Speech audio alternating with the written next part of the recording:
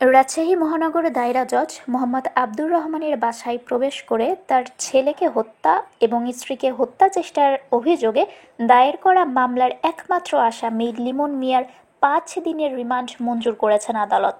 শনিবার দুপুরে Rajshahi metropolitan magistrate আদালত ২ এর বিচারক মোহাম্মদ মামুনুর রশিদ এই রিমান্ড মঞ্জুর করেন।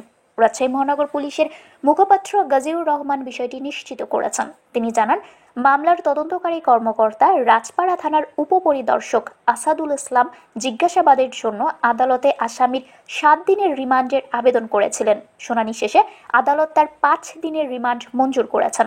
তিনি আরও জানান, শনিবার বেলা 11:30টার দিকে রাজশাহী মেডিকেল কলেজ হাসপাতাল কর্তৃপক্ষ চিকিৎসাধীন লিমন মিয়াকে হাসপাতাল ত্যাগের অনুমতি দেয়। এরপর তাকে আদালতে হাজির করা হয়। বেলা 11টার পর থেকে তাকে আদালতের হাজতে রাখা হয়। দুপুর 2টার দিকে তাকে আদালতে তোলা হয়। পরে আদালত থেকে তাকে রাজপাড়া থানায় নেওয়া হয়েছে। সেখানে চাঞ্চল্যকর এই ঘটনা এবং হত্যা চেষ্টার ঘটনার ব্যাপারে লিমন মিয়াকে জিজ্ঞাসাবাদ করা হবে বলেও জানান তিনি। গত বৃহস্পতিবার শহরের ১৩খাদিয়া ডাবতলা এলাকায় বিচারক মোহাম্মদ আব্দুর রহমানের বাসায় আকস্মিক প্রবেশ করেন গাইবান্ধার ফুলছড়ির বাসিন্দা লিমন মিয়া।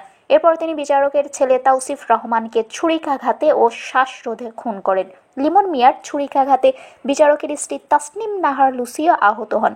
এ সময় ধস্তাধস্তিতে হামলাকারী লিমন মিয়াও আহত হন। পরে তাকে হাসপাতালে ভর্তি করা হয়েছিল।